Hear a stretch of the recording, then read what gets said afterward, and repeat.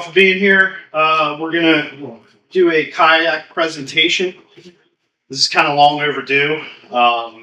As you all know, we work pretty closely with the kayakers, the kayak community, but there's not a lot of education there. You know, we'll pass them on the river, we say hi, talk to them at the boat ramp, whatever. For the most part, they're pretty cool to talk to, and they're interested to learn what we do, and I'm interested to learn what they do, especially terminology. That's a big issue. There's a lot of talk about, you know, different play spots, and I don't know what they are. So being the training officer, I figured this would be a good training for us to kind of melt everything into one, okay? So we've got some visitors that are here. They're going to talk to us a little later about their side of the story, their side of the river, what they do when they're out there, their terminology, how they're trained, and that type of thing. Okay? So I threw this together this morning, so just kind of bear with me. So it's going to give you better insight in the kayak community, what knowledge they have as well as training that they may have. It's imperative that we work together, right? We want to avoid conflict. We want to avoid confusion out there. We don't necessarily need to push them away from incidents. They're manpower. They're knowledgeable. So that's something to think about. So we talked about why we have the training. Mostly because we've had some significant incidents out there, especially the incident last summer. And I think that's what really sparked this. Listening to the call, I wasn't there. It was our shift. There was a lot of terminology that was being thrown out there that I've been on the team since 2009. I didn't know what the pillbox was. I figured it out. That was always the old LZ, is what we call it. On A shift when Donnie trained me. It was the old LZ. Pillbox, never heard it. And it confused people. You know, did you guys always use pillbox? Was it the old LZ? Story, you've been around for a while. I remember pillbox as far back as I can remember. Yeah. I can't remember full name, but yeah, the old landing pad. Yeah, from what I remember, they used to land the Eagle there, right? So I figured, hey, we need to have a training so all three shifts are on the same page. That's why Gabe's here doing a video. We're going to try to push this out, put it on YouTube, and then they can watch it as they see fit. So we're going to talk about two calls that are pretty significant where we, you know, a kayaker was involved and we ran into some issues. We worked through them, not a big deal. And then we're going to introduce you to Tyler and Chuck here. So there's, like we said, there's been incidents on the river, either as the victims or the rescuers. And I feel like this is important to talk about, right? Shannon Christie, who was around then? Who was on the call?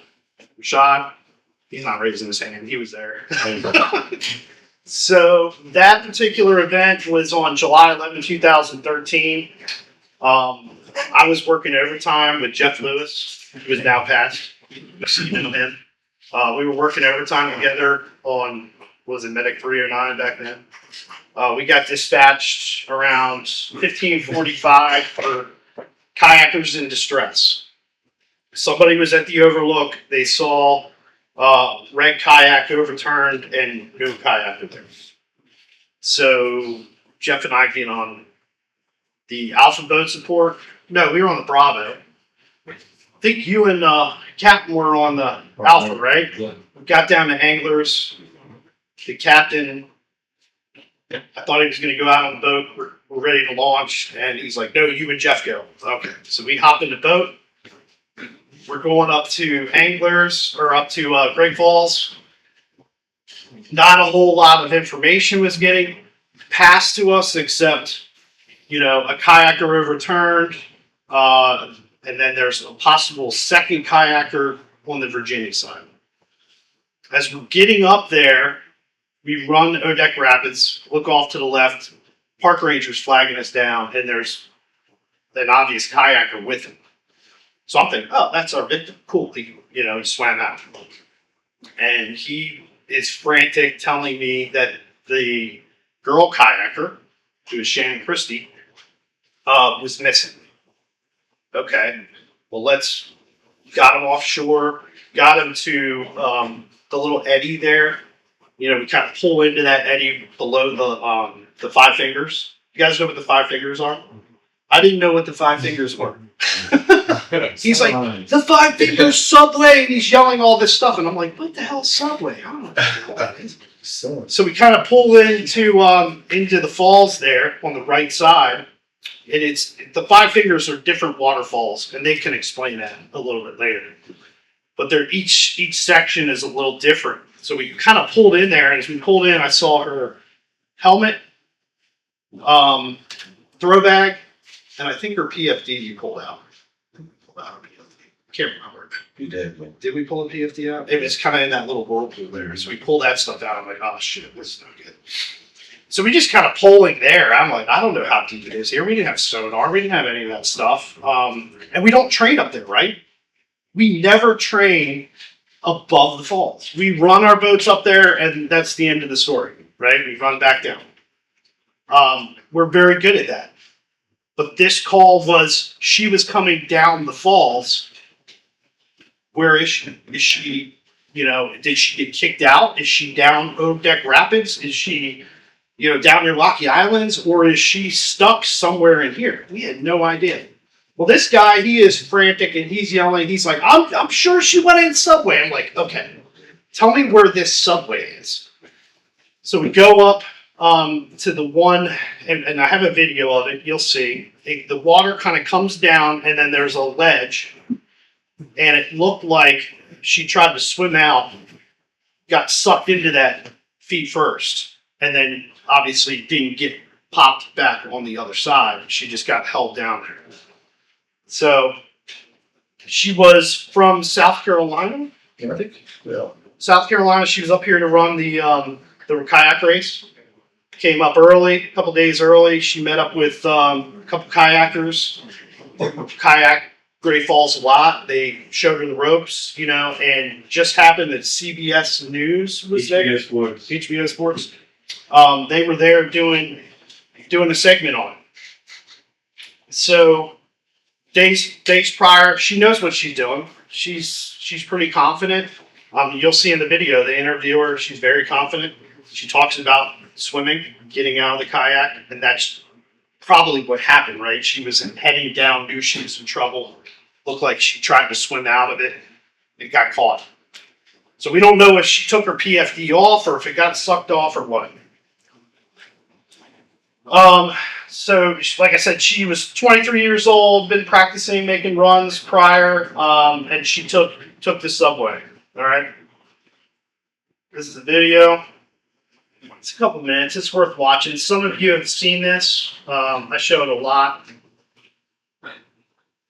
Freshwater kayaking is one of the most thrilling and challenging sports. Our David Martin went to cover one of its premier competitions held in Virginia, and the remarkable story he tells took an unexpected turn.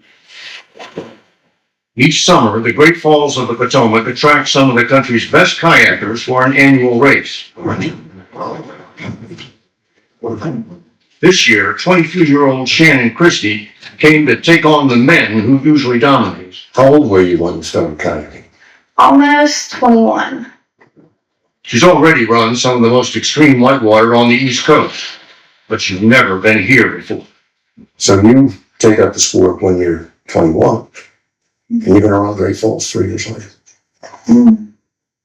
That doesn't strike you as overreaching? I wouldn't say overreaching. It would strike me as confident. She's a rising star in the kayak scene, and she's just getting to the point where people want to capture what she does. Steve Fisher from South Africa is one of the sport's biggest stars. Before her first run down the falls, Shannon got some pointers from Jason Beeks, a 6-time winner of the race. He warned her to stay away from the deadly chute called Subway. Here she goes for her first run. Ah, great. Not wait. Yeah. Her enthusiasm is infectious. But these are Class 5 rapids, an international rating which means extremely difficult and violent with life-threatening hazard. 2 days before the race was to start, our cameras spotted an empty kayak at the bottom of the falls. It was Shannon Christie's. No one saw it happen, but somehow she had come out of her kayak, been swept over subway, and carried. Her body trapped under an avalanche of water. We've got tons of water pressure pinning her against the rock. Fisher led a team into the falls where they risked their own lives to recover her body. Tethered by a rope on one hand and anchored by another from behind, he leaned into the torrent, stabbing at the water with first his hand and then a paddle. I felt it hit something soft. That was not a rock. I said, she's hit. I told her, I said, I'm going to take you home. I said, don't worry, I'm going to take you home. He managed to attach a set of slings to Shannon's arm and shoulder. The kayakers heaved with all their strength. And suddenly everything gave. She was out. She came right out of the surf. Shannon Christie was the third kayaker killed by Great Falls since they were first run nearly 40 years ago. This year's race was canceled and a memorial service held instead. But the lure of the falls remains. As the service ended, the kayakers ran the falls again. This time for Shannon. David Martin, CBS News on the Potomac River. You can see David's full report. Yeah, all right.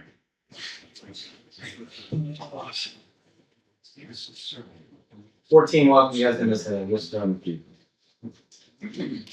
So who remembers that? So a couple issues when we got up there. Like I talked about, the terminology was a big thing. When you have a fellow kayaker there, they're trying to give you the best information you can. Like I said, I didn't know what subway was. I didn't know what the Five Fingers were. I didn't know where to look. It's loud, right? We're up at the base of the falls and trying to talk to command, who's, hey, what do you have? How many victims do you have? Where is this victim? I'm trying to get information to him over the radio, and it sounded like I was frantic, but you're talking over a waterfall. It's very loud, right? So communication was a definite issue. I put in their experience of the initial crew. This happened in 2013. I got on the team in 2009, so not a whole lot of time there. Back then, the boat operator stuff was, you're good, right? The packet we have now is like that for a reason, okay? There wasn't a whole lot of experience there. Jeff, I think, was, he had been at 30 for probably 5 years longer, three years longer than I had. So there was a little bit more experience there, but he had never ran a call up there. He was as confused as I was. And like I said before, we don't train above the falls. I would love to add that somehow, right? As a training officer, it's like, hey, what can we do to improve? And that's why I always ask for feedback. And you've given me some really good feedback. How do we train up there? Can we do scenarios up there without killing everybody? Being the first boat on the scene, it was almost like, well, do we call TRT? Like, what do we do? Who do we get involved with this? Do we use a helicopter? Do they lower somebody down? Who knows? There was talk, hey, why didn't you just, lower, park police is there. Why didn't they lower something? And that ledge, you saw the video, how small that ledge was. It was like big enough for Steve to be there doing his thing. His karate chops in the water.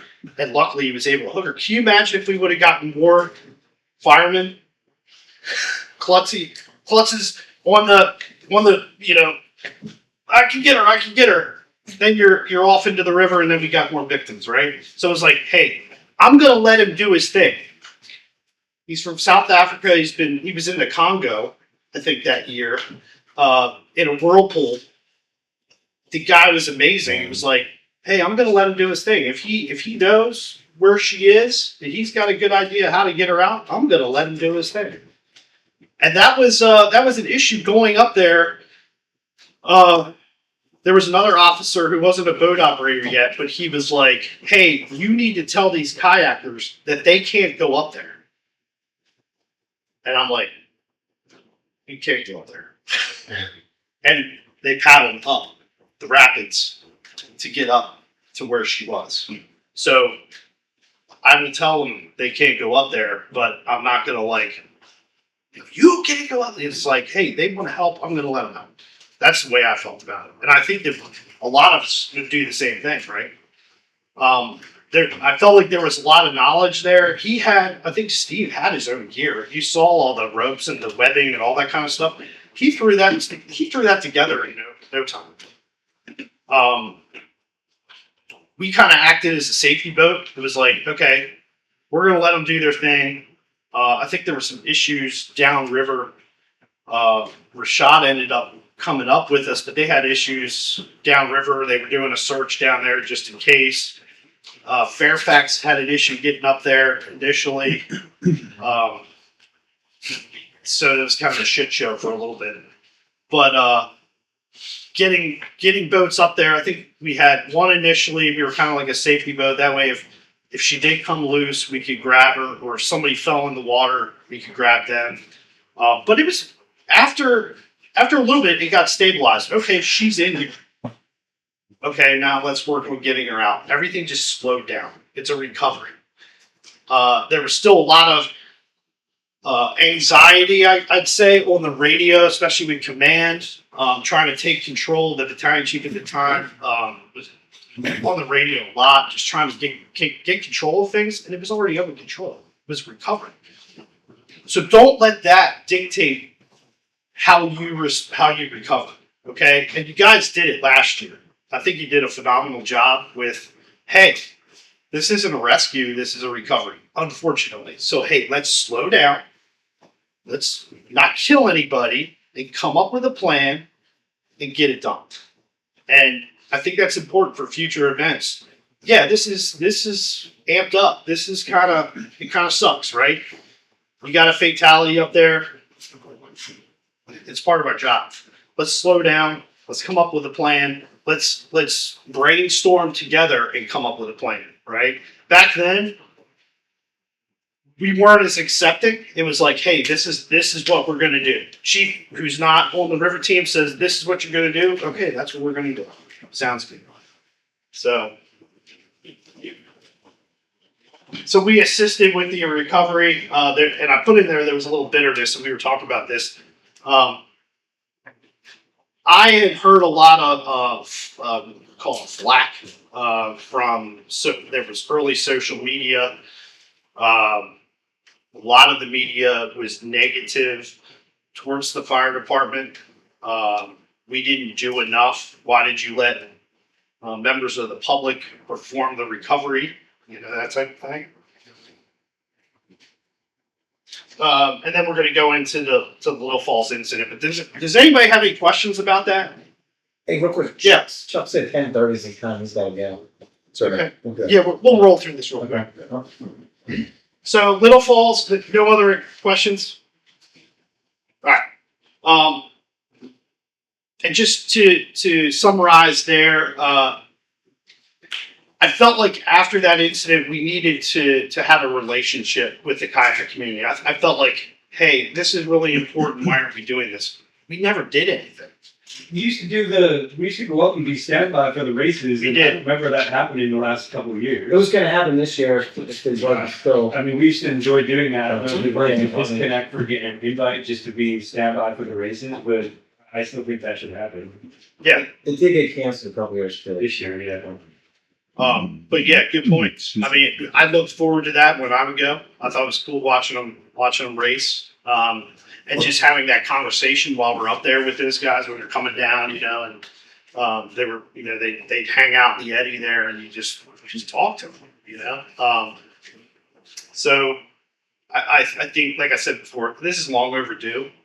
I hope that the other two shifts can kind of do the same thing. And I don't know if the video is going to turn out, but just to be able to put that out there and say, hey, this is what we've talked about. These are some of the ideas we're coming up with too. If you guys think of any other training that we can do with the kayakers, like I was mentioning to them, maybe integrating them into some of our scenarios. I know you guys gave me feedback like, hey, more scenario based stuff. I love that. So maybe we invite them to a couple trainings and, they help us out with that. Hey, we respond to a report of an overturned trapped kayaker, and I've got 2 or 3 kayakers on the scene attempting a rescue. How do we work with them, right? So going to the Little Falls incident.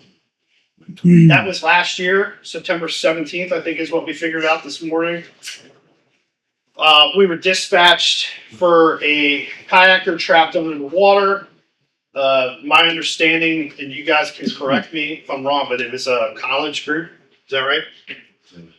They came from out of state.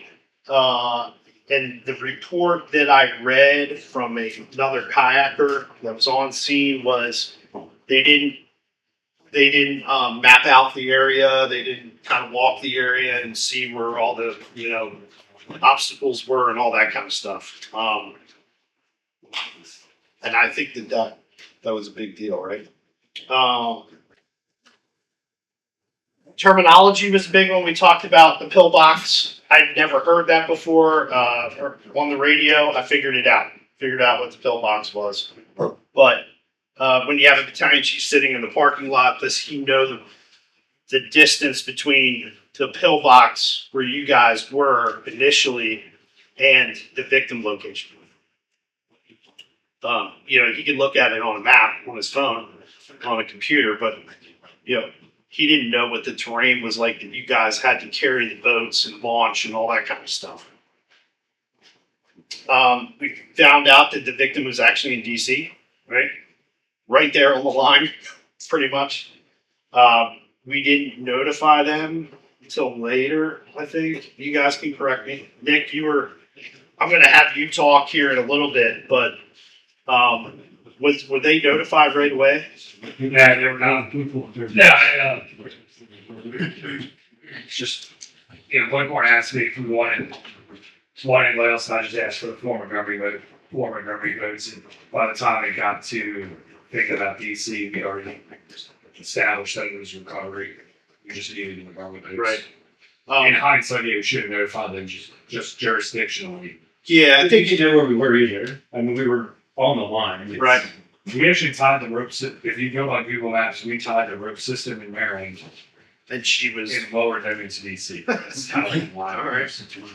And I guess we figured out later, hey, just notify DC. They can bring the fire boats up pretty far, right? And I think I have to talk to Eddie, but I know that he wants to go down to Fletcher's today. We'll talk about the afternoon session here in a little bit, but they can come up pretty far and at least be a safety. And if we need, extra manpower, we have it. So don't be afraid to call for them. From my experience working with DC, they're really good. It's not like working with the guys on the other side of the river there who are confused. We get confused a lot with communication. I feel like with DC, we're kind of on the same page there for the most part. Do you want to talk about the incident real quick? We go with these guys on the time crunch. It's already 10. Okay. We'll let them do their thing. So Tyler and Chuck are here graciously. They have a little presentation that they're going to do. I asked Eddie, I said, hey, do we know anybody that is in the kayak community that can come talk to us and kind of give us their side? Kind of their expectations of us. I feel like a lot of times you guys are trained to rescue yourselves. How's that work? What kind of training do you? I know that there is a swift water tech class with a lot of kayakers that go down to Lock 6. I just figured that out this year. I saw that on Facebook. But they're going to talk a little bit about what they do and a little bit of their terminology and safety and all that kind of stuff. So I appreciate y'all coming. If you want to roll into your presentation. Yeah. Good morning. Thanks for the invite to be with you all today. So my name is Chuck. I've been a little bit about me. I've been kayaking for about 13 years. I got into it because of my son Tyler. I'd say in any given year, I average around 150 days in my boat, and of that, around 100 days here on the Potomac. Right, so very familiar with this river. Along with my son Tyler, we've got Stephen McCone, who's here, who's director of the Calibre River School. So I wanted to have a good representation from the kayaking community. Kayaking is my recreation, right? Professionally, I'm a portfolio manager in the Office of the Secretary of Defense in the Pentagon. So going out on the river is my church time, right? It's my recreation. Steve-O does it professionally as well as recreationally. So we have a lot of time on the river here. We used to have an organization called the Potomac Paddler Volunteer Corps, which was under the National Park Service. And through that program, we had a lot of good interaction with fire rescue services and other uniformed services along the river. Unfortunately, the Park Service canceled that program at the end of 2019, and I feel like that relationship was atrophied a bit. So really appreciate the opportunity to be back re-engaging with you all. So they're going to do most of the talking. Tyler's going to start off with the presentation, and Steve-O's going to jump in and out.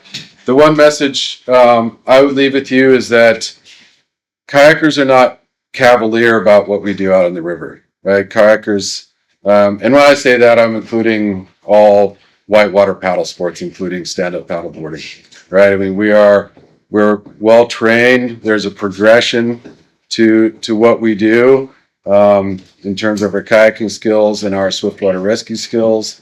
And we're also very self-selective, right? So as conditions change on the river, we, make calculations as to where our skills are, how we're feeling that day, whether we're going to go out on the river. And yes, we are we take care of each other, right? Ethos on the river is that we take care of each other, and whether or not we know each other or even like each other, we're going to help each other out on the river. So with that, I'm going to turn it over to Tyler and Steve-O. But how about this? Steve-O, make a little introduction for yourself, and then Tyler do his and start the presentation. Hey, also, my name's Stephen McCone, as Chuck has called me, and Tyler will call me. A lot of people call me Steve-O. I run the Calibre River School. I'm a swiftwater rescue instructor with the American Canoe Association. And I also am a kayak instructor and instructor trainer. So I certify instructors, and I also certify people in swiftwater rescue under the American Canoe Association. I believe y'all use something different. But we don't use all of the stuff that we use for swiftwater rescue fits in the back of a kayak or in my life jacket. And when I say that to swiftwater rescue people that are in boats like y'all, they're like, how does that work? How does your Z-Drag, how does your 3-to-1 system work? Because I think you guys have kind of like a plug and play. You hook it in and it's already set up for mechanical advantage. So I think that it's an important, what we're doing here is like bridging something that should have been done a long time ago. And I've been on the river for 16 years. I've taught hundreds of people in the community to kayak. I'm on Great Falls multiple times a week. So I'm excited to be here to help kind of bridge this gap and hopefully go on the boat. I want to go in the boats with y'all, and I want y'all to come and see what we do too, so we can have a better understanding of what we're doing out there and help each other out. So Didn't you see a Lock 6 last month with like a whole group of kids? Yeah.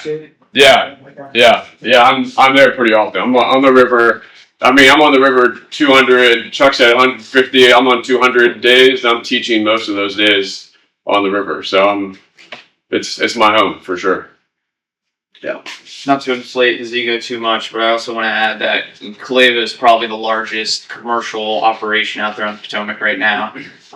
They run a plethora of classes. Am I wrong? Yeah. A plethora of different level classes. They have scores of instructors who are out there teaching all age groups and all skill levels. So he's definitely a great person to know. You also hold the record for the most laps on the falls in 24 hours. Yeah, there's a guy in IQE, Mike. We're tied. We both did 100 laps in a day on Great Falls. Yeah, that's insane.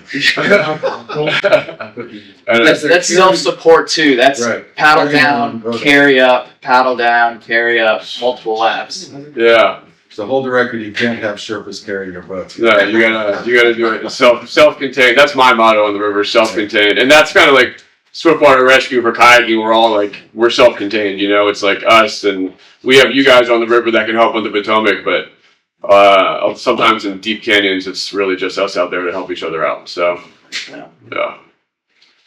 My name's Tyler. I've been kayaking for a year or two extra than you, probably 14, 15 years now. I'm also a Swiftwater Rescue instructor. I spent the last 5 years out in West Virginia and southwestern Pennsylvania as a river guide on anywhere from class 1 to class 5. I actually used to be a volunteer member here way back when, 2014 to 2016, something like that. I have a few other experiences with various other fire departments and briefly a part of a Swiftwater Rescue, fire department related Swiftwater Rescue group down in Virginia for a little while. So I also help train our guides out there on the Yakagani River.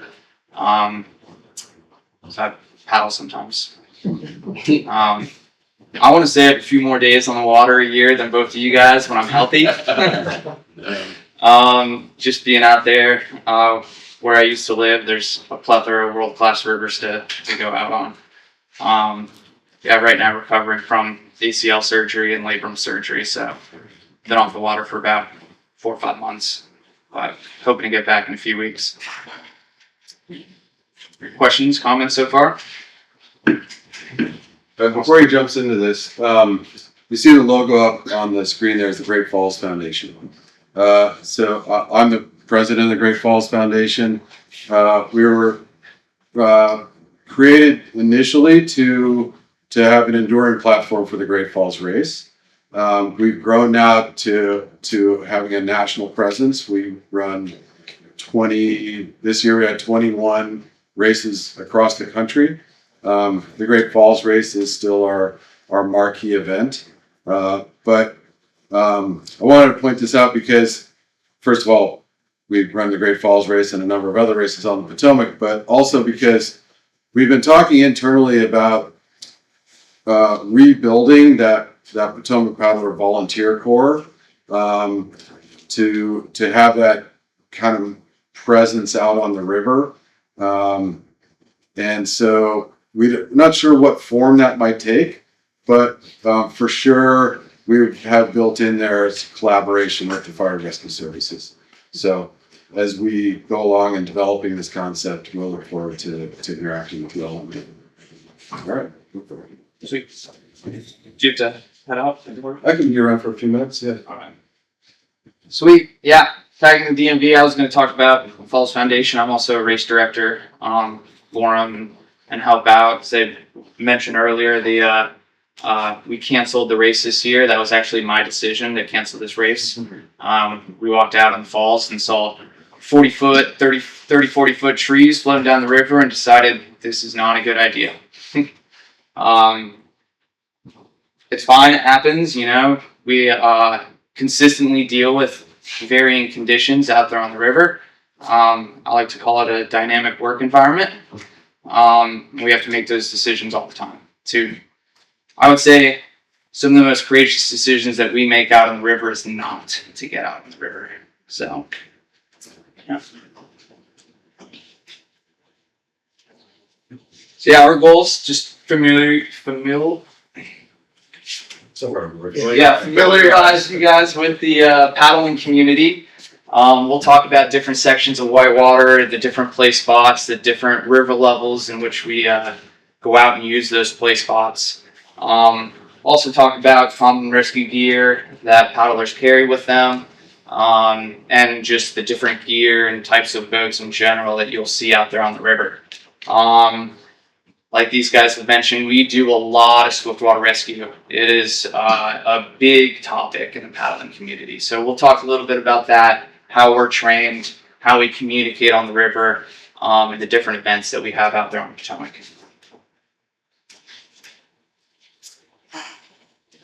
DC paddling community. So great thing about the Potomac is we can paddle out there year round. You see pictures of me and my buddy Noah up there, completely iced over. Out there, we try not to be out there when there's thunderstorms, but sometimes we get caught out there, and so on. So one of the largest paddling communities in the world, wide range of skill levels. As you guys know, out there on the Potomac, we have anywhere from class 1 to class 5. And so it's a great spot for people to learn how to kayak, progress in their skills. You'll have airbags in them, so water won't swamp your boat. The difference between a whitewater canoe and a whitewater kayak is the outfitting, and that is it. So you can take any of these boats that are up here and make them a whitewater canoe just by taking out the seat and putting in special pads. So instead of sitting in the boat, you're actually kneeling in the boat, and you use one blade. That's really the only difference between a whitewater kayak and a whitewater canoe. I think there's one I missed. Creek boats. Up here you can see me in this orange creek boat. Generally, people out in Great Falls are in that creek boat. People running stuff like Difficult Run, Scott's Run, doing anything creaky is in a creek boat. Creek boats generally refer to larger volume boats. They're generally safer to be in, more stable, you're more confident in those boats, and so you can kayak bigger, scarier stuff. Right. And then? The only two things I would add to this are stand-up paddle boards and rafts. So you guys, they're pretty self-explanatory. I'm sure you've seen them out on the river. Stand-up paddle boards are basically surfboards. They can be inflatable or they can be composite. You stand up on them, one blade, and they're out on the river surfing, going upriver. Rafts, whitewater rafting, big rubber boat. You guys are, the same kind of dibs that you guys have with the motors on the back. We have a similar setup with our boats without the motors. Yep. The children of the motors, actually. Yeah. So, yeah, those are the two other crafts that you'll probably see on the river. Yeah, many different types of rafts out there, many different companies that make rafts. You have cata rafts like catamarans, smaller in a rubber form. You have regular rafts. You have bucket boats for self-bailing rafts. Bucket boats are generally a raft with a flat rubber bottom that is not inflatable, and those can swamp, those can fill with water, whereas self-bailing rafts, that floor is inflatable, and there are holes in the side. That way the water can come in and flow right out. Generally, bucket boats are used for class 1 to class 3. Self-bailing is used for anything and everything out there on the river. Is that what you guys use, self-bailing? There's scupper holes in the back, Oh. but we can still swamp them like at the other deck raft, and then you just gotta kind of move forward the back. And it'll come out the back. Okay. Yeah. So similar but different. Yeah. You guys don't have inflatable floors though, right? The Chesapeake does. Yeah. The Chesapeake has inflation, Okay. but the sled and RV don't. Comments, questions, concerns about different types of boats out there on the river? Two of them, our primary boats have inflatable floors. Yeah. The sled and the Chesapeake. Yeah, our boats, we did a 100-person rafting trip last week on the Potomac, and we had putting in at Great Falls, Virginia, taking down at Madeira School, and half of our boats were bucket boats, half of them were self-bailing. So we have a pretty good mixture. Most of what we prefer to use are bucket boats on the Potomac. Just because carrying down, if you guys ever walked from Great Falls, Virginia down to Fisherman's Eddy, carrying rafts down there is heinous. And it ruins the bottom of the floor. So we try to just use bucket boats instead of. And they're lighter. And they're way lighter, yeah. Yeah. So advantages and disadvantages to different types of crafts out there on the river. Do you have a separate slide on recreational boats? No. So So- we can go over that a little bit too. Everything that they talked about here, this is all whitewater equipment, right? Whitewater specific equipment. The other type of craft you'll see out there, particularly around anglers, is what we call recreational boats. So these are not whitewater specific boats. And typically those people have not been whitewater trained, right? And gone through whitewater education programs. So some of the key differences would be decks that don't have closed decks. Others that they're not wearing a skirt is a giveaway. They're not wearing helmet, or they're not wearing a PFD. So if you see any of these type of watercraft, again, open decks, no skirt, no helmet, those are giveaways to that. Those are recreational boats and not part of the whitewater community.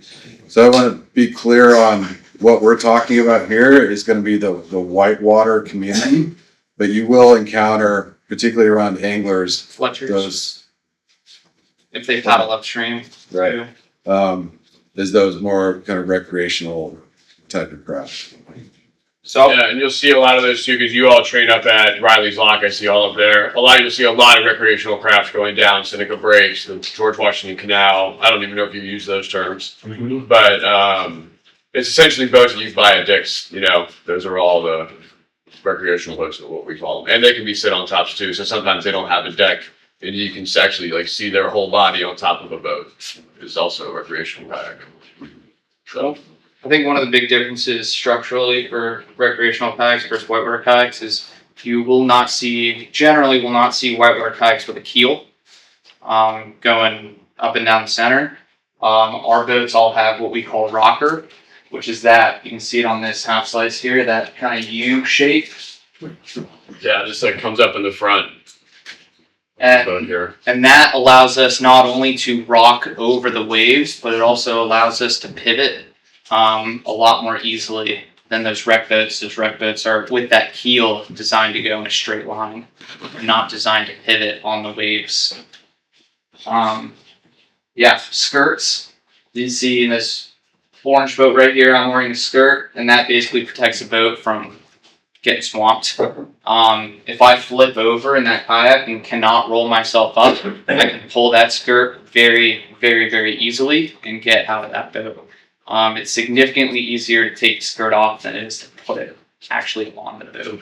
So sometimes you'll see people at anglers struggling to get that skirt on. All it takes to take it off, it's just a quick little pull of that tab in the front. Yeah.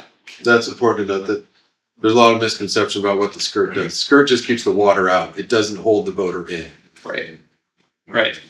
As soon as you pull that skirt, generally you just come out with gravity. Pull your knees out, the knee braces, pop out with gravity. Duckies. Duckies are inflatable kayaks.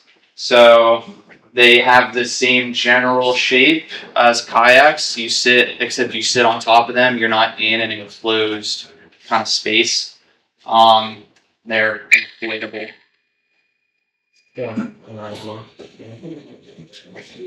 Yeah, if you want to take that. Have fun. Yeah. Don't line. I will take it. Dominate. I'm Push up. Yeah. always at the gym. Yep. All right, whitewater sections. There are plenty of whitewater sections out there on the Potomac. The main ones, we have Great Falls, the Gorge, which is the bottom of the falls, down to Anglers. Anglers to Lock 10 and or Carter Rock. So a lot of people will put in at Anglers and go down to Lock 10 and Carter Rock. Lock 6 and then the Little Falls. This is generally how we break down the river as paddlers. And then play spots. So Odek, you guys know where Odek is, out on the gorge. Rocky is another great spot. You'll see a lot of long boats or slalom boats out there surfing. The chutes, different chutes, different water levels.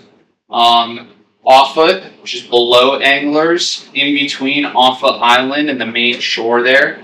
And then Pump House Wave. We'll talk about another few little play spots as we pull up the maps, but Pump House Wave is a big one. That's actually on the far river left side of Little Falls Dam. There at the top. You need some balls to surf it, but you'll see a lot of people out there surfing it. Question. Yeah. What's your depth numbers there for? Is that when you guys play in those areas when the water's between X and X? Yep. Generally, that's when the wave is in or it's good. If it's above or below, then it's not really suitable for us to go out there and surf it. It's just not fun. You can't stay on the wave. You can't throw a trip, stuff like that. So yeah, if you guys want to take pictures, these are some great river levels. We'll talk about more as it goes on. So we pay very close attention to river levels, and the community will migrate to whatever is in at that level, right? So if Rocky Wave is in, then the chutes are not in, right? And so you'll see everybody surfing the Rocky. And for when you check the river levels, are you using CFS or are you using the foot gauge? We're using Little Falls gauge that's on the. Rapid, do you use the flow or the USGS? level? It's the level. The level. It's not gonna flow. Yeah, so it's like 4.9. That correlates to what you guys. Okay. Yeah. I just want to make sure we're using the same language. Generally, people on the Potomac talk about the level in feet, but we talk about creeks and CFS, cubic feet per second. Yeah. Usually because there are no gauges on there, or those gauges read in CFS. So stuff like difficult runs, Scotch runs, spout runs, stuff like that. We'll talk about the CFS. That is also a phenomenal website. It maps out all the play spots on the Potomac and what levels they are in, what levels they're primed at. It has play spots on there that I've never heard of that people will go out there and play on. So if you guys want to do some self-research, that's a phenomenal source right there. Hey Tyler, are you willing to share this PowerPoint with me? Absolutely. Push it out to the team. Yeah, definitely. That'd be great. All right, Great Falls. So there are 4 main sections of the falls that we talk about. We have the Maryland side, center lines, the Virginia side, and then we have Fish Ladder. There's also stuff like the Bridge Channel and stuff like that comes in at extremely high levels. But again, that's once in a blue moon type of thing that we'll paddle. So for the Maryland lines, this is a map that we use in order to set safety for the falls race. And we try to fill all of these positions when we're running races on the Maryland side. So at the top, where that C is, we have Pummel, the first drop on the Maryland side. That's 15-foot waterfall into some slack water down at the bottom. The next series of drops right over here, we have Pencil Sharpener on the far left, river left. So you guys refer river left and river right the same way we do? Awesome. Facing down river, river left, river right. Far river left, where that J is Pencil Sharpener. Just river right of Pencil Sharpener, we have Z channel, or Z drop, Z something. And then where that H is Charlie's. We generally do not go into Charlie's. Extremely dangerous spot. If I understand it correctly, it's pretty much a drop into an underwater tunnel that you can get trapped into.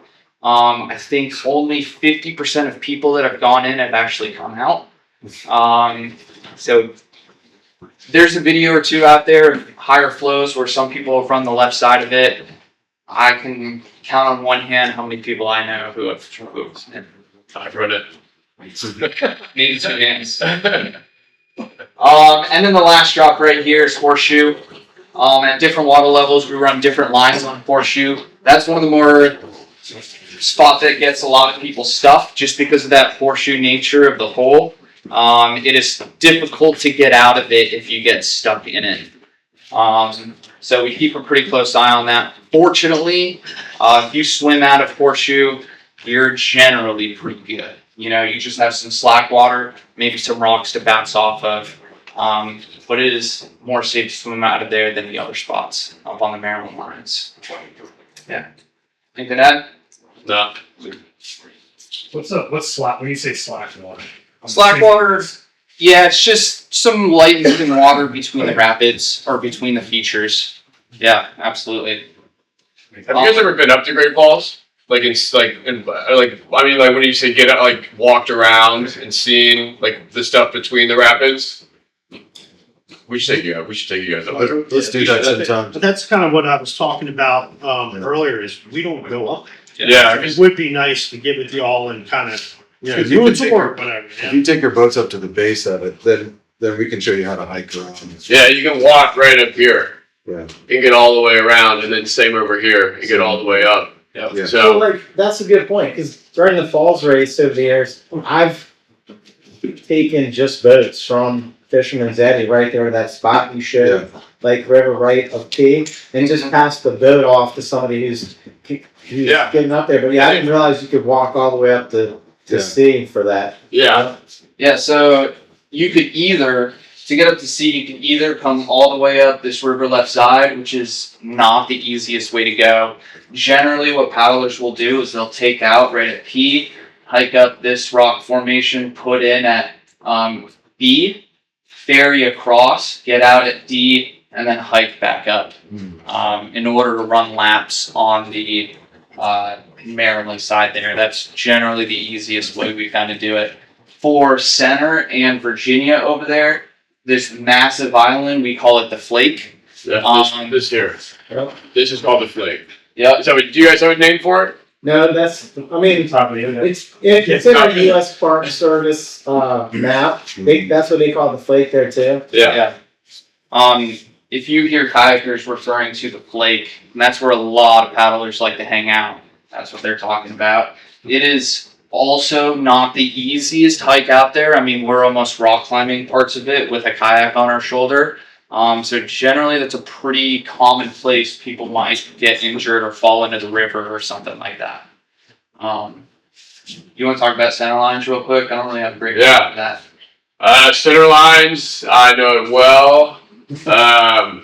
So if you're looking, so there's really three main rapids there. We have Grace Under Pressure, which if you don't mind putting it on this table, I'll show you guys. Grace Under Pressure right here. Then you have the ledges, which are right here. And then these are the five fingers that you were talking about here.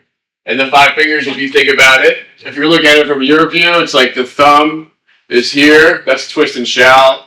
And then you have the index finger, which is Subway. And that's where Shannon Christie passed away. And then you have the middle finger, which is kind of the standard line. And then you have the ring finger, or we call it flatliner sometimes, which is my favorite line. And then you have the pinky finger all the way on river right there of this section of the middle of the river. And Subway obviously is that it goes into a sieve, waterfall, rock, into a cave. All the rest of them are runnable.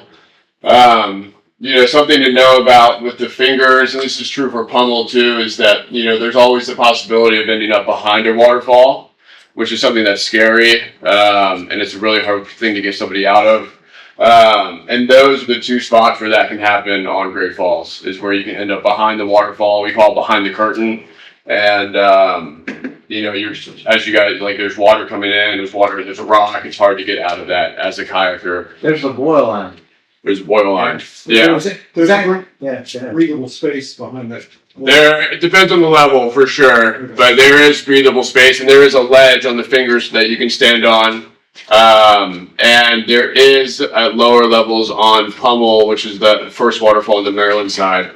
So it is a space where it's dynamic, but you can stay in there for a bit until someone can help you. There's good video of what you're talking about on YouTube. Does that typically happen though when somebody new runs it, like doesn't boof stroke to get far over? Look at you with the terminology. That's what they're talking about.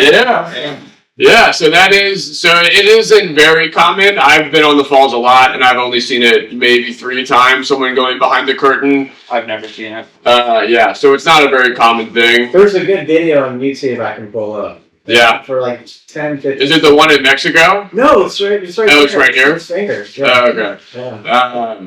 So it's a pretty hard rescue situation, and there was something too, I don't know if you guys, when like case studies with like the West Virginia, the Kanawha Falls rescue, Kanawha Falls rescue. Yeah, so there's somebody who was stuck behind the curtain. Nobody knew for hours. They left him there. They didn't know where he was, and they just saw his boat floating downstream. So it is He survived behind the curtain for 6 hours before they came and pulled him out. Yeah. This is a original rescue with someone not current. What are you doing? There's a few different things that you do. One is depending on everyone is like you're dropping a rope over and letting it float over, hoping that it goes behind the curtain, and then passing that rope off to someone downstream and pulling them out. Another one is trying to throw the rope through the curtain, and the curtain is the water coming over the waterfall. Throw it through to try to get through them. And those are really two of the main options that you have. The third one, which we call it live bait or tethered rescue, is to send somebody over the falls swimming and hoping they go behind the curtain, and then you can grab that person. And they're on a rope, right? So they're tied to somebody, and then you pull them out that way. It's a ballsy rescue for sure. It's my favorite form. I love tether rescue. Yeah. What's the optimal, what river level do you guys love running this section of the river the best? Yeah, great question. So Maryland lines are typically the lines that we run like the lowest. So like low would be like 2.5 to like 3.5 is kind of typical.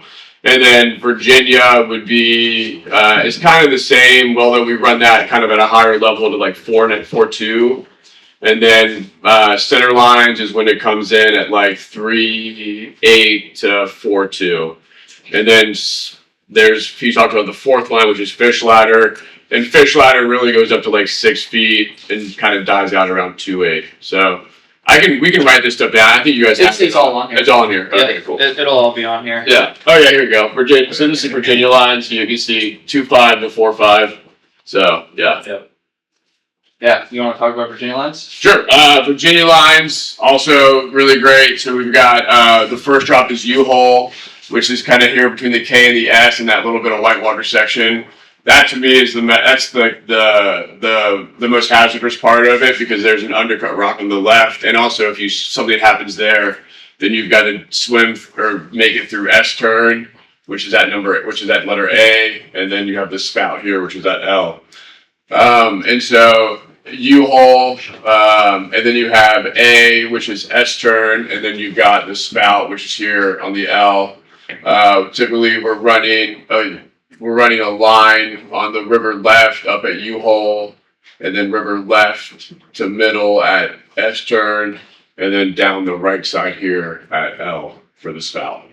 So common injuries you might see on the Virginia lines, generally with U-hole and S turn, you can swim out of that and still make it short pretty easily. You might get stuck in some of those holes, but with the spout, if you go over that, you might break both of your legs. That's a 10-foot waterfall under rocks, and then another 5-foot drop after that. There was a broken back there a few years ago. Were you guys on that call? Mm-hmm. Yeah. So there was a first timer that was taken down, and they swam over the spout, broken back. Yeah, I had a buddy who swam right below S turn last year. He made it out, and his boat did not, and we don't paddle that boat anymore. All banged up. Yeah. Fish ladder. All right, fish ladder. So a fish ladder is made up of 5 slides and also including the back channel. So fish ladder, you guys are familiar with fish ladder? Do you call it something different? Yep. Cool. So fish ladder, you have A, you have L, which is 1. You have the B, which is 2. 2 is hazardous on both sides because that eddy line butts up against 2 canyon walls. And it's hard when you get in those recirculating eddies. It's hard to get out because of those walls. Also, fish ladder is hazardous just in general because it's man-made and it's always shifting. And I don't know how well you all know the river, but when we get down to like F at Fifth Slide has changed recently. That river right wall has collapsed into the slide. So it's always changing. And then you come under here under the observation bridge, and you've got third slide on the river left, and then on the river right channel, that's called Back Canyon. And that's made up of 3 different rapids of itself, A hole, B hole, and then the Gentleman's Club, which is between C and N. And that's a place where if you've run fish ladder a lot, you've probably been in there. And it's a recirculating hole that just kind of, it's not that hazardous. It just kind of catches you off guard and you end up swimming out of it. I've been there. Don't tell my wife. And then you have between M and N and I, this little section right here, you've got fourth slide, and then that comes down over here to fifth slide, where this is the Bermuda Triangle that we were talking about earlier, where all these currents kind of come together. Those are still rebar poking out of places like Yeah. wash away. Yeah. Yeah, fish ladder is not my favorite thing. It's man-made. I try to stay away from man-made things. The rocks are really sharp. They haven't been eroded away. There's another spot here too that we could talk about, which is tight quarters. Which is, if you look at A and B over here, there's another channel that comes in, and that's another way. Some people prefer that to get around number 2 because 2 is pretty hazardous, and so they'll take tight quarters, which has a recirculating hydraulic in it, but it's pretty straightforward comparatively. So yeah, these are all really cool to see from this slide here. Yeah, no problem, Chuck. I'll see you, Chuck. But they're really cool to see out there, and that's why it's good to have this knowledge, but it's also good. I'd love to take you guys out there, and I bring my boat, and I can run it. You guys can see me run it, and I can show you where all these different things are. It would be a pretty cool trip, I think. Where do you guys put in for the fishing lake? So we put in right off the canal. There's like a little ramp that we go off of right by one of the bridges, or we put in at the parking lot at Great Falls, Maryland, and we go over the dam and then run over there that way. Generally, to access any of the Great Falls lines, we put in on the Maryland side, whether it's above the dam for the main falls or below the dam for the fish ladder lines, and we will run the dam, that low head dam. There's also a Bitch Monkey. Oh, Bitch Monkey. Yeah. I just added that on there because it's a fun name. Oh, it is on there. Yeah. Bitch Monkey goes between. It's pretty good. There's a beer called Bitch Monkey too from Seven Locks Brewing. It's so Bitch Monkey is between was it M?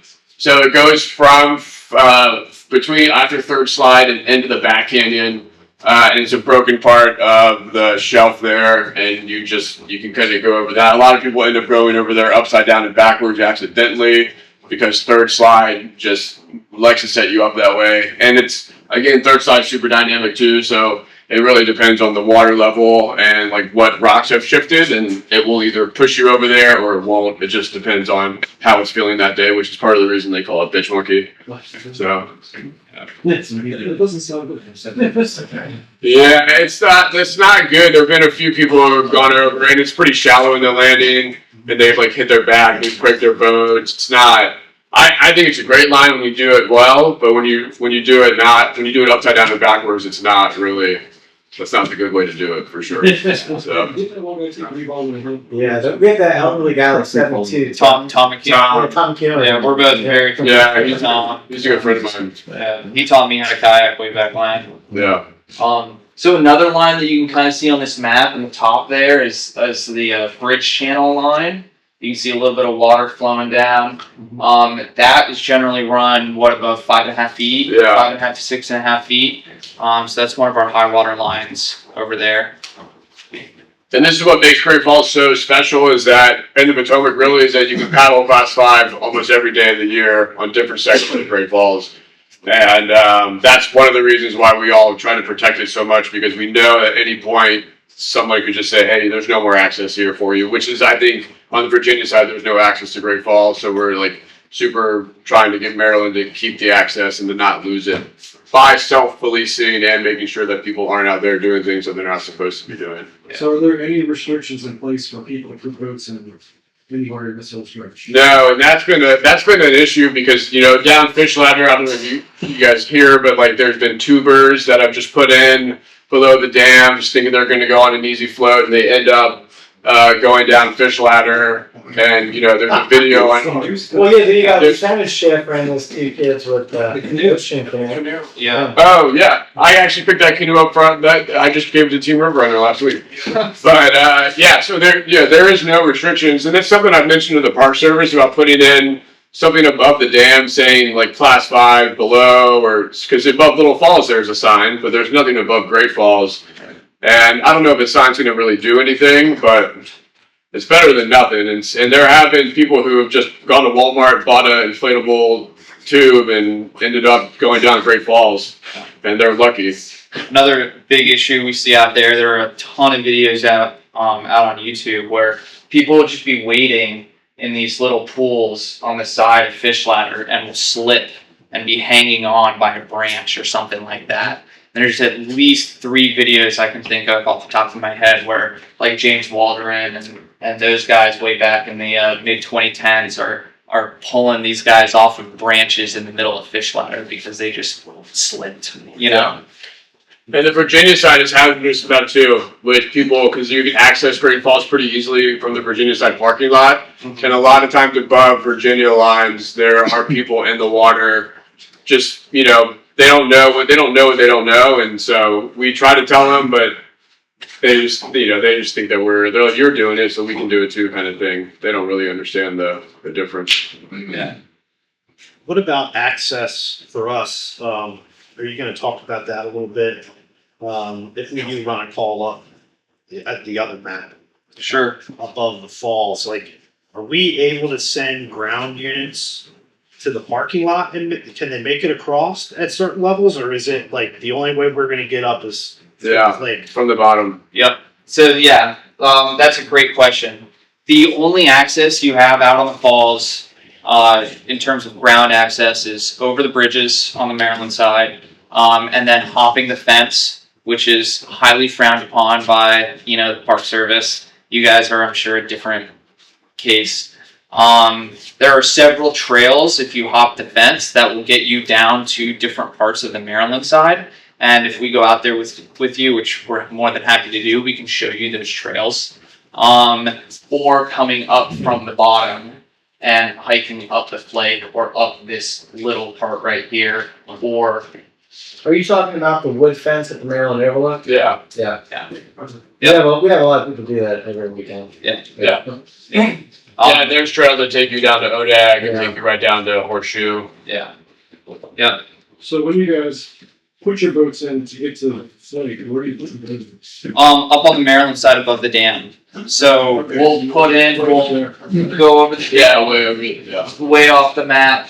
We'll come across. There's probably about a quarter mile of just class 2 stuff between the dam and the main falls here. So we'll come across all the way to River Right, get out on top of the flake, scope it out, get back in and run. Alright, so it's probably a silly question, but nobody puts in an angler's paddles all the way up, gets out. And look, People, That's my favorite workout, actually. Yeah, some crazy people like him and Kiwi Mike will do that. Yeah, you can do it. It's all about if you want to go work out or not. But yeah, you can go all the way from anglers up. It's not something that you would typically, if you're just running out for some falls laps, you're not going to go out and do that. You would be more of like, I worked hard to get up here, now I'm going to enjoy the icing on the cake. But you typically, most people are putting in from the Maryland lines, from Maryland parking lot above the dam going down. If I see somebody coming in and walking and coming up over here, over Odak Rock, from Odak Eddy over this rock and coming this way, I'm going to have my eyes on them thinking that person probably doesn't know the right way to get here, and they're probably either from out of town or they shouldn't be here. And so we just, that is just a conversation that we'll have with people like that. And it's pretty easy to tell who should and shouldn't be out there fairly quickly. Pretty easy for us. For us, yeah, sorry, yeah. For us, for experienced boaters to know. I didn't jump on the dam. There's one more thing I was going to say. So from the Maryland parking lot, from the Maryland Great Falls parking lot, generally what we do is we cross the canal, walk back up the canal, and then right after the overlook for the dam, there's a trail, and we'll go down that trail to wherever it meets the river trails. Yeah. Yeah, we put off right there. That's what we used to Yeah. It's coming. Good. Yeah, just real quick. Do you guys carry cell phones all the time, or not at all in your boats? I always carry a cell phone with me when I'm on the river. That's not everyone. Yeah. Especially when I'm on something that's more than class 3, I will always, or if I have people if I'm somewhere in a commercial setting, I don't know how Flavor runs their stuff, but Yeah, I'm sure their instructors have. It's a new part of, like, when you talk about Swiftwater rescue gear, it's like now a part of the gear. Like if you were caught without a phone and there's a rescue and you didn't have a phone to call for help, it's almost like negligence. So a phone is a standard piece of equipment. That's not to say that everyone out on Great Falls has a phone with them, but I would say probably, if I had to guess, I would say 80% to 90% of the people do. If you find somebody out there who's clinging onto a branch, you're making that rescue yourself. You're capable of doing it. Yeah, so generally, and we're going to talk a little bit more about Swiftwater rescue later, but generally when kayakers are out on the river and we call 911, it's not for you guys to come on the river. It's for you guys to meet us with an ambulance. Yeah. Generally, like we talked about, we're pretty self-sufficient, and kayakers all across the country do not think about fire rescue, Swiftwater rescue groups. Whether they're underfunded, overqualified like you guys, or whatever. When we're calling in for an ambulance most of the time. Can every once in a while just leave us one to do? We wouldn't have that much fun doing it. A safe one, you mean? Yeah. Yeah, and we're having the conversation of access. It's kind of I don't want to say a nuanced question. If you could do that map out, right, where you could catch the dam coming all the way across. Yeah. So the only spot, like we've talked about in my shift, it's gonna be, is there's a slide launch at the top end in Great Falls Park, Virginia, where we can get one of our sleds in. Yeah. That is like no man's land for us. I have no idea what that looks like up there. Is that something tenable where we could get to the top of like Virginia or center lines? No, it's too shallow most of the time. Yeah. I'd say there's too many rocks and it's too shallow. Is that slided below the dam or above the dam? So it's just below the dam. Is it? So if you go to Virginia's Great Falls Park, go to the last parking lot, probably another 100 yards north down that trail. Yeah. Well, I could be wrong. What do you think? You know what I'm talking about? Yeah, I know what you're talking about. And it would depend on the water level, and you'd have to know it probably. I don't know what the capabilities of your boats are, but it's pretty shallow in there, and that is a place that you wouldn't want to be with your boat to malfunction, because then Get sucked over the falls pretty easily. So agree with that. yeah. So, but it could be a possibility. It would be good if we could go there and we could walk around and we could talk about it. And I don't know what the capability of your boats are going over shallow water. Just so you guys know, if we're getting that call in there, our aviation unit, whether it's the Eagle or now potentially an Aeroscape Police, the Eagle's not staffed, they're going to be dropping the Coast Guard basket to whoever's between Great Falls and the Falls Dam, expecting them to be able to climb in and self-rescue. Yeah, that's for me. That's probably the best way to do it. Yeah, for sure. But there's several people over the years that have been removed that way. I had a buddy, I think, who was out in the middle of a rock, and here's a funny story of him being out there and the helicopter being above, and he just had his head down like this, and then all of a sudden there was a tap on his shoulder, and there was a guy right on the rock with him from being dropped down from the helicopter. Usually, and the guy who dropped down was like, "All right, what do we do?" He didn't, like the Coast Guard guy didn't. He's like, "Where do we go now?" You know, and so it was kind of a. So yeah, but I think a helicopter out there is the best way. It's for sure the best way. They're They fast. just move you from point A between Great Falls and the Falls Dam to point B, which could be like the pad right there at Great Falls Park, or they might even move them where there's another open area. It could even be, like wherever we tell them, they might find all the way on the Car Rock. Yeah, for sure. Like 52 and drop them off. Yeah, I think a helicopter is very useful out there. Yeah.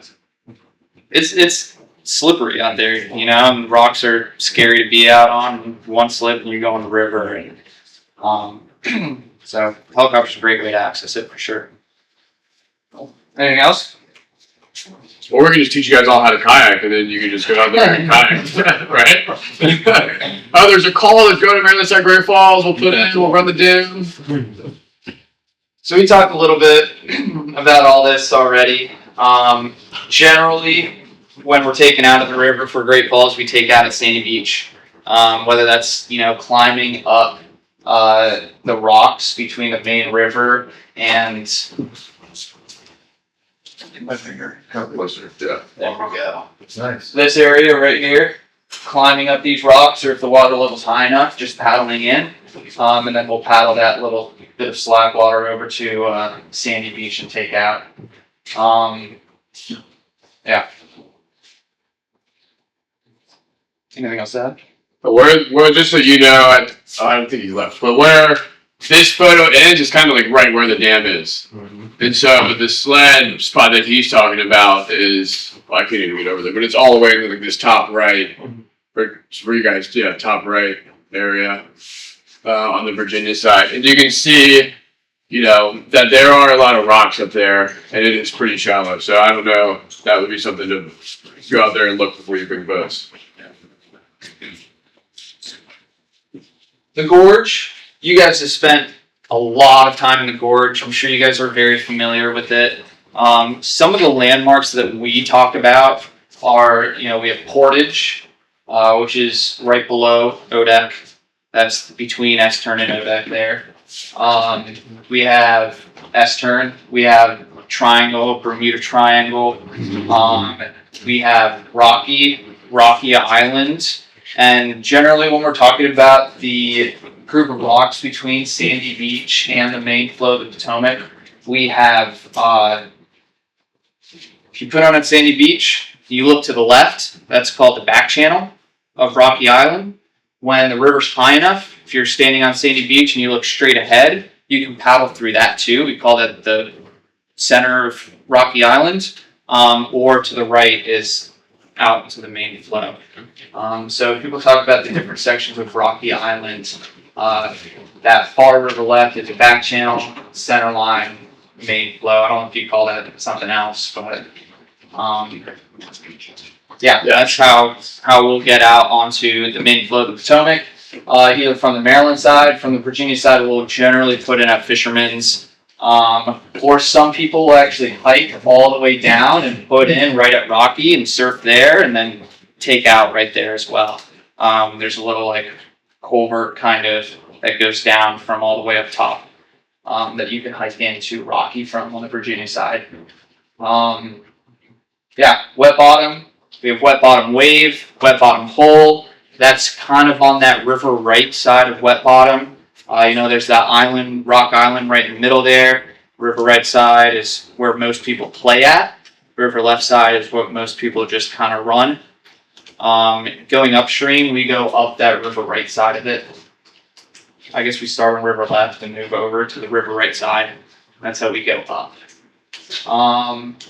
Some other things of note on the gorge, jump rock or swimmer's rock is that rock on the Maryland side that a lot of hikers and some people like to, you know, jump off of into the Potomac. I don't know how much you guys talk about that rock. I'm sure it is a big topic of discussion. What do you guys call it? Because this is, you know, this is from the Natural Park Service. They call it, it's called Spitzbergen rock. Yeah. If you're talking to a, That's what the climbing book is. Yeah. they have the climber guys too. Yeah. Which I'm like, who came up with Spitzbergen? Yeah. It's like a trail name. Is it? The access trail is Pittsburgh Trail. Access trail. Yeah. Oh. No, so, Emergency access trail Oh. on that map is by Pittsburgh Access Trail. okay. Yeah. Oh, that makes sense. Yeah. Makes more sense. Yeah, it does. Yeah. Yeah, so we call Spitzbergen rock down and where that trailhead is. Yeah. The big white rocks and kind of trees out. The triangle Yeah. where trail marker 2 is, that's what we call Spitzbergen rock. And then Oh, yeah, we just call it jump rock or swimmer's rock. So if you're a paddler, refer to jump rock out on the Potomac, that's generally what they're talking about. The other spot where you might hear jump rock is Maryland Chute, and right below Maryland Chute, right around the corner there. And I can point that out when we go, when we get to that map. So actually it might be next. Anything else you want to point out here? Just there's a rapid here that isn't, that Tyler mentioned, but isn't mentioned here on this map, and it's called Portage. And it's an important one to kind of know because it's above the Bermuda Triangle, above S-turn, kind of like it's between Odek and, or between Fish Ladder and Fisherman's Eddy, really. And that one's not, it's not like super hazardous, but it is, should be mentioned For I don't know, what do you guys have a name for your these rapids at all, or? Yeah. Okay. It is. It's just a big downstream beat. Right. Yeah. Yeah. We call it portage because if you're going upstream, it's the one rapid that you might actually have to portage, like get out and carry your kayak up and around it. Yeah. So, yeah. It's good. It's just good to figure out, know all this Yeah, language. I mean, like below 3.0, one of those games is tough to get our largest boat up above it. We can get right up. Yeah, I'm sure. What's the limit? What's the limit for ODEC for you all? We can get up. Last year we had the budget office personnel from the council and the shallow water cross up there 2.5. Okay. We could get the boats up there 2.5, but we're not running ODEC below 3.2. Okay. Yeah, if it's 3.2, we can get a jet motor up there. But if it's below that, there's too many rocks. What's high? 7.5. Wow. 7.5, we pretty much shut down timber operations. Unless the helicopter or we visually from the shore can visualize that there is immediate rescue need, and then we launch our 2 Chesapeake boats that are the larger style ones. Wow, that's 7.5. That's pretty early to get up ODEC. That'd be scary. Easier for us to get up from the water, so. Yeah, I'm sure. We may have run ODEC on 8.3 day. They have? Okay, cool. I see it. I want to be on that. I want to be on that boat. Sweet.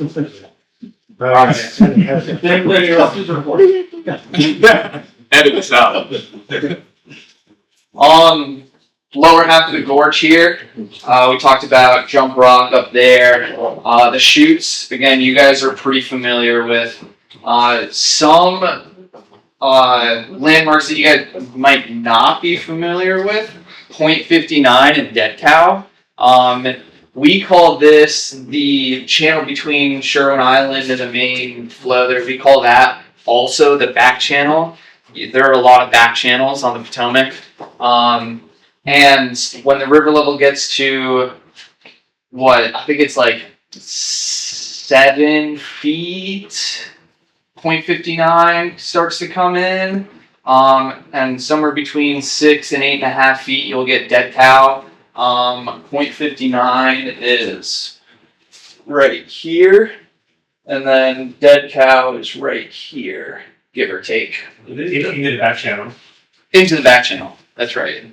That's when water's coming in front, down the gorge and flowing into the back canyon. And that starts, so you can paddle up the back channel around 4.5 feet. So do you enter in then, is it just above the Maryland chute? Yes. You enter it right here above Angler. So this is like right here where you enter it, and Anglers is like right there. Right. So like that's you see the canal, that's wide water Billy Goat Trailhead. You go up around that bend, and then this is where you're gonna have Dead Cow, and then 59, and then there's a bunch of other things. I think to answer your question is generally we paddle up to it, not down to it. Yeah. If that makes sense. If you're coming around, you're coming up Maryland chute or center chute, and then you're coming in. We're putting it in Anglers and paddling above that back canyon. You're coming up backside. Yeah. Exactly. Yeah. Yeah, because the main flow is too fast for us to get up the main flow, so we have to go through the back way. Yeah. Some other things to note. Center Island, that becomes underwater around 8 or 9 feet, I think. Yeah. And becomes a pretty dangerous feature out there on the river. Captain asked me to tell you this little story. Me, my dad, and another buddy of ours were out there around 11.2, I think it was, 11.3. Our buddy didn't really realize that Center Island was coming up on us. He went over it, got stuck, came out of his kayak, and it took us about a mile to get him back into his boat. We didn't want to go to shore. We didn't want to bring him and the boat to shore because it was all in the trees, and that's, another hazard in and of itself. And so out there in the middle of the river, we emptied his boat. We eventually got him back into his kayak, all out in the middle of the river. And we blew past Anglers, had to take out at Carter Rock. We actually kayaked through the trees, through that Carter Rock. We're kayaking the Carter Rock Trail. to a point, and then we had to hitchhike back up to Anglers to get our cars. It happens, you know. But yeah, sometimes you gotta do what you gotta do, and you know the shore is not safe, so we do all of our rescues literally out in the middle of the river. Does that form a whirlpool in that area? Oh yeah, Something. plenty of whirlpools there. Yeah, a lot of whirlpool, a lot of boils. Yeah, even at low water, I mean, you guys know there are some whirlpools that can pull you down. Yeah. 2018 you did that?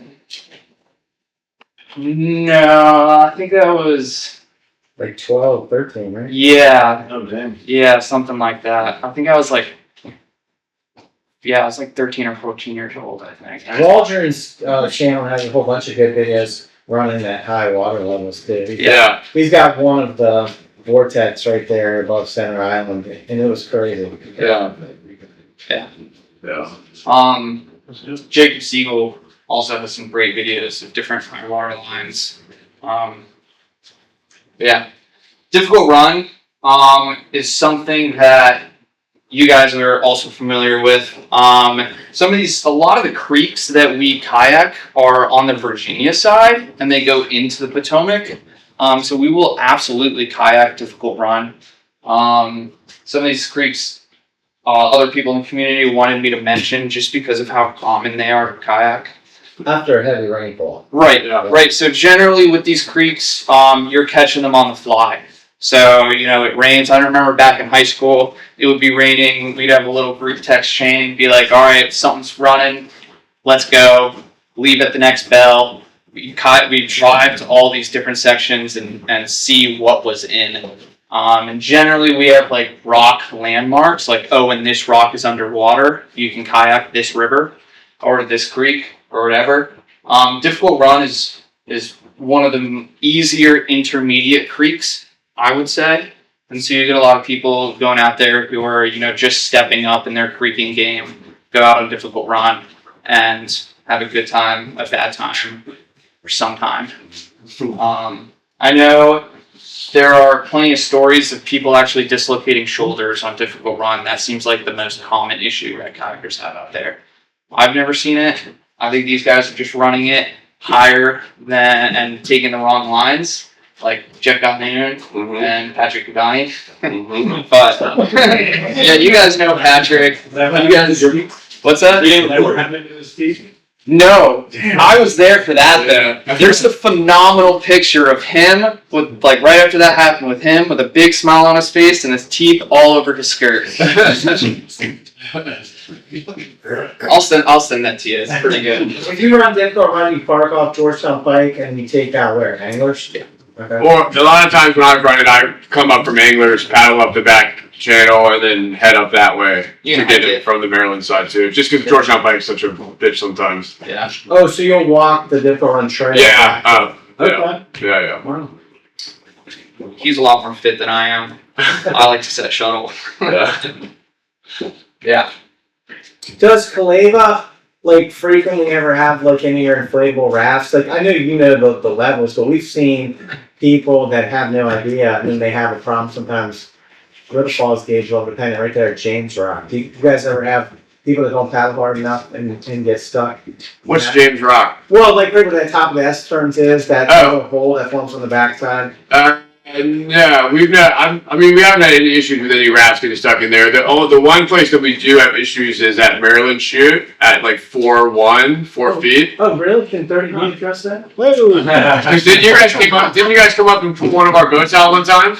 Was anybody on that call? We may have got stuck there one time. So you guys got stuck there? It might have been. It just happened like one day we had a raft trip out there. A boat got stuck in the hole there at Maryland Chute. I think Fairfax was out there training, and they just happened to be there, and we couldn't get it out. They had to tie a rope to it and pull it out with their motors. But that's like the one spot. Up at with the way that the currents flow at S-turn, it's usually pushing you away from that hole and more against the wall, so you're kind of missing that feature over there. Hey Tyler, how many more slides? Some people go above and beyond and carry a full pin kit right there. You want to talk about the pin kit, different features? Yeah. Yeah, so this is a pin kit that we put together for Caleb we have a store, we sell them, but we build them ourselves we have pressing minding pulleys, 2 pieces of pressing cord, webbing, and 4 locking carabiners. And with this, you can build a 3-to-1 Z-drag out on the river, and that's combined with using a throw rope over here. And with those things, you can put that all together and get out. It's more for recovery, like boat recovery. We're not attaching this to live people. But it is something that we have. Like for me, all that kit is in my life jacket with me at all times. So whenever I'm on the river with my life jacket, my pin kit is with me all the time. So I don't really have to think about bringing it or not. I carry something similar. I just don't use the pulleys. I just carry extra carabiners. It's a less efficient way to do the same thing. But that also gives you a lot of versatility. So you can create a lot of different advantages. You can create a lot of things with just what you see there. Yeah, like vectors, change direction. I mean, with that you can do most of what you need for cinches. Yeah. Yeah. Warming layers. Warming layers are super important out there in the river. You guys wear dry suits. We also have dry tops, which is the same thing as a dry suit, just cut off at the waist. And so you put your skirt there in place of that, and then put that skirt on the boat. And the idea is everything below your waist will stay dry because it's in the boat. Different layers like semi-dry tops, same thing as a dry top, just without those rubber wrist gaskets. Some people call them splash tops. So water will splash on you, but you won't get soaking wet. Whistles. It'll be hard to find someone out there on the river without a whistle or a knife, especially if you're carrying a rope. The general thinking is if you have a rope, you have a knife. You want to be able to cut yourself free from that rope if you get entangled in it. And then there's different ways that we communicate with a whistle. So I'll go back to that last slide. But communicating with the whistle, it varies by region, but generally 1 blast is to just get someone's attention, and 3 blasts is, hey, there's an emergency, there's a swimmer in the water, something's going on that you need to pay attention to. Different hand signals. Tap on our head, I'm okay. Are you okay? I'm okay. Stuff like that. If we're pointing in different directions, we always point in the right direction. I'm never going to say, hey, don't go over there. I'm going to say, hey, go over there. I'm not sure if you guys use similar hand signals. Yeah, awesome. Paddle. That paddle is horizontal. That's stop. Paddle straight up and down is go. Paddle pointed left or right is go that direction. Right? Anything to add here? Yeah, I mean, every crew will have different ways of communicating. These are the ones that most people that are pretty common between all crews, but there are some nuanced ones that we could spend 20 minutes going through all those, but yeah, those are the main ones for sure. You want to talk a little bit about how we're trained for swiftwater rescue? Yeah, so a bunch up here. You don't have to go through all of it. Yeah, so this is like a snapshot of a swiftwater rescue course that Tyler and I might run. And then you can see here that just goes through some different ways, some different things that we might go over, and a lot of it, and swiftwater rescue for paddle sports is, a lot of it is self-rescue, getting yourself out of a situation. A lot of it is boat-based rescue, so you're in your boat helping somebody who might be swimming. As you get into level 4 and then level 5, there's 5 levels within our swiftwater rescue. Then you're getting into a rigging, you're getting into Z-drags, and you're getting into piggyback systems and vertical or stratus cinches, all kinds of stuff. But most of what we are teaching in swiftwater rescue are for people to kind of help themselves on the river. So a lot of it, we do a lot of scenarios, which is my favorite thing about swiftwater rescue. We have a lot of wading, swimming skills, and are just ways for them to get themselves out of the river. Knots, all this stuff that you can see up here are all things that we will go over for a swiftwater rescue course. But really, like, the main thing that in our swiftwater rescue courses is like self-rescue or boat-based rescue, and getting the situation handled quickly and efficiently, and kind of getting them in that mindset of like kind of like mitigation and like stopping the rescue before it even happens. And so there's a lot of different layers that go into it. And it's my favorite thing to teach, swiftwater rescue. I love it. It's so much fun. Yeah. Setting up scenarios are a blast. Yeah. Yeah. And I love to hear that scenarios are your guys' favorite thing too. It'd be sweet to set up scenarios with together. Yeah. That'd be a lot of fun. Any questions about this? Last thing real quick. Just local events that we have out on the river. The big one being the Great Falls Race. Generally second weekend of August every single year. That's kind of the big one where we're really bringing the entire community together. You know, if you're not out there qualified to race on Great Falls, you're generally out there anyways setting safety. And you know, those guys get out there different ways, hiking in, paddling from the bottom, anything like that to come help us run this event. I mean, to run this event, we really rely on the people who cannot paddle Great Falls to be out there to set safety and help us out. Yeah, anything to add? There's some other events that might happen, might not happen, depending on who wants to run it that year, whether we have the manpower or not. Yeah, it's a little video I have of the Great Falls race from 2 years ago. We can watch it. We don't have to watch it, but yeah. That's, you got that covered? Yeah. Cool. Any questions, comments? We really appreciate you guys inviting us out here to do this. I have a decent bit of experience in the fire rescue community, but I know these other guys do not. So it'd be great to build that rapport, build some training scenarios. It'll be very, very, very, very easy to find people around to participate in these training scenarios if you guys want to do stuff like that. Absolutely.